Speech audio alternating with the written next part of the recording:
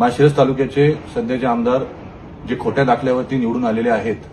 आणि त्यांनी सर्वसामान्य मागासवर्गीय समाजामध्ये अतिक्रमण केलेलं आहे, या अतिक्रमणाच्या विरोधात माजी आमदार माझे स्वर्गीय वडील हनुमंतराव डोळस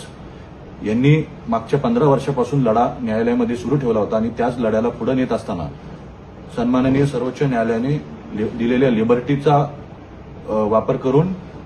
सन्माननीय उच्च न्यायालयामध्ये पुनर्याचिका दाखल जी मी केली होती मागच्या 10 दिवसा अगोदर, त्याची सुनावणी झाली आणि आमचा मोठा विजय झालेला आहे।